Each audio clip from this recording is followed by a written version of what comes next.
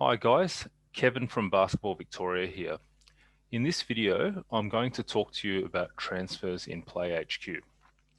Some associations have rules preventing players from changing clubs without the permission of the club that they're currently at.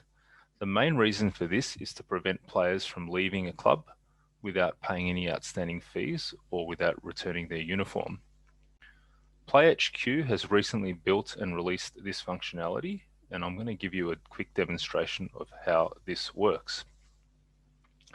In PlayHQ, a transfer is only required if a player is attempting to register to another club within the same competition, where the transfer setting is switched on for that competition by the association.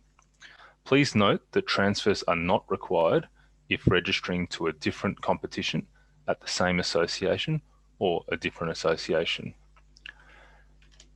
In this demonstration, I've got three tabs open. The first is the KEV UAT Association. The second is the ABC Test Club. And the third is the Ben Test Club. Now, I've got access to all of these organisations. Now, the first thing associations need to do is go into their competition. They can go into settings and switch transfers on. So this, as it says here, will restrict player movement between clubs in this competition, and any transfers require approval from the three organisations involved, which are the source club, the association, and the destination club, before they're able to register at their new club. So I'm going to save that at association level. An optional extra but highly recommended is that each organisation, club or association, sets up their notifications. So they can turn that on by going to transfers, settings, and turning on notifications.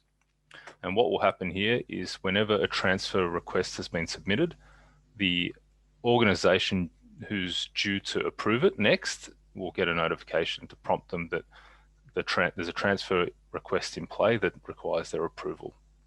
So I'm going to set up my email address to receive notifications for the association. I'm also going to do the same for each of the two clubs that we're demonstrating with today.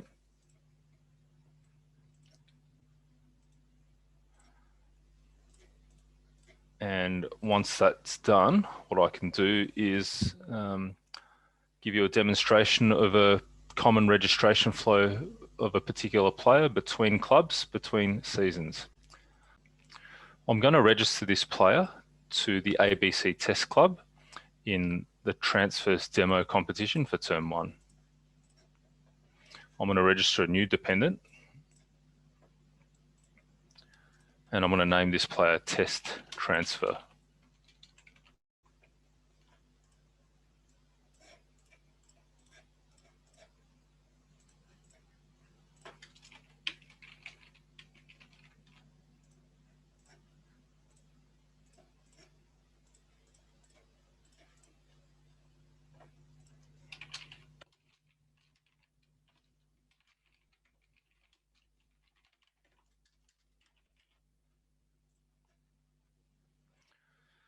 Now, as expected, it's letting me register. I've just got to pay my fees. So I'm going to put in my test credit card number.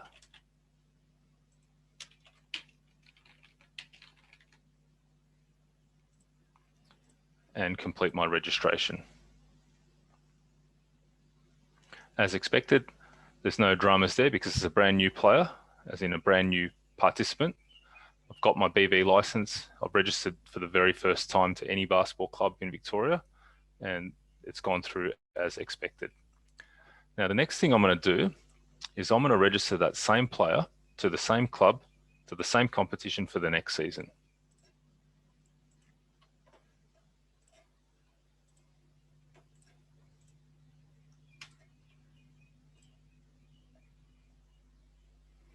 As expected, there's no BV fee payable on the BV license because my license is expiring after the end of the season that I'm registering to. There's no fees set up here, so I'm going to go through and register without any issue.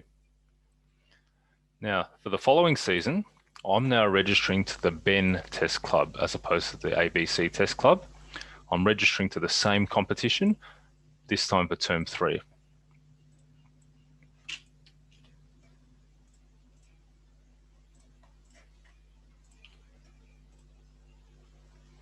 Now, as you can see here, as I'm attempting to register to a different club within the same competition, I need to request a transfer. So as the player or the account holder, I request the transfer. The account holder of the player receives a notification that their transfer request has been submitted. The person who we set up for the source club to receive transfer request notifications has now received this email. And if they click on this link, it will take them to this page with this transfer request. And it's got the details of the player requesting the transfer, information about the registration at your club, information about the account holder, details about the season and competition that they're registering to, and it's got the status, the progressive status of the transfer request.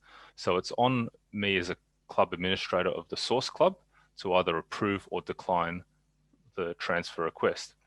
If I were to decline the transfer request, it would stop the process in its tracks, and then the player would have to either put in another request or continue to play at my club or not play at all in this competition. So I'm going to approve this transfer request at the source club. As you can see, the transfer status has updated here, and now it's pending the association. The association administrator now receives a notification to say that there's a transfer request pending their approval. So they can click on the link to take them to the page where they can approve the transfer. As per before, the transfer status is there for all clubs and associations involved to see. And I'm going to approve that as the association administrator. And now it's on the new club of the player to approve the request at their end.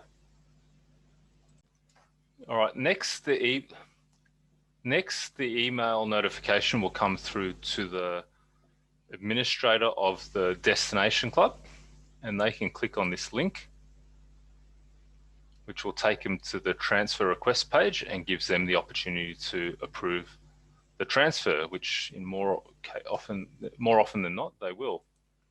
So once that's approved, it's now back on the participant to register.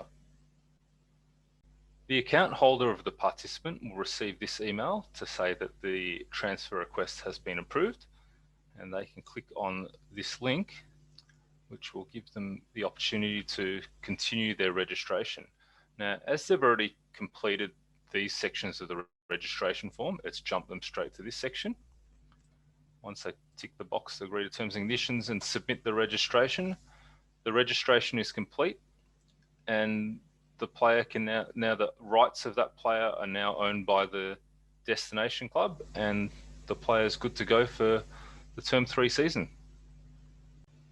Administrators can also check the transfer request history via the transfer section and under requests.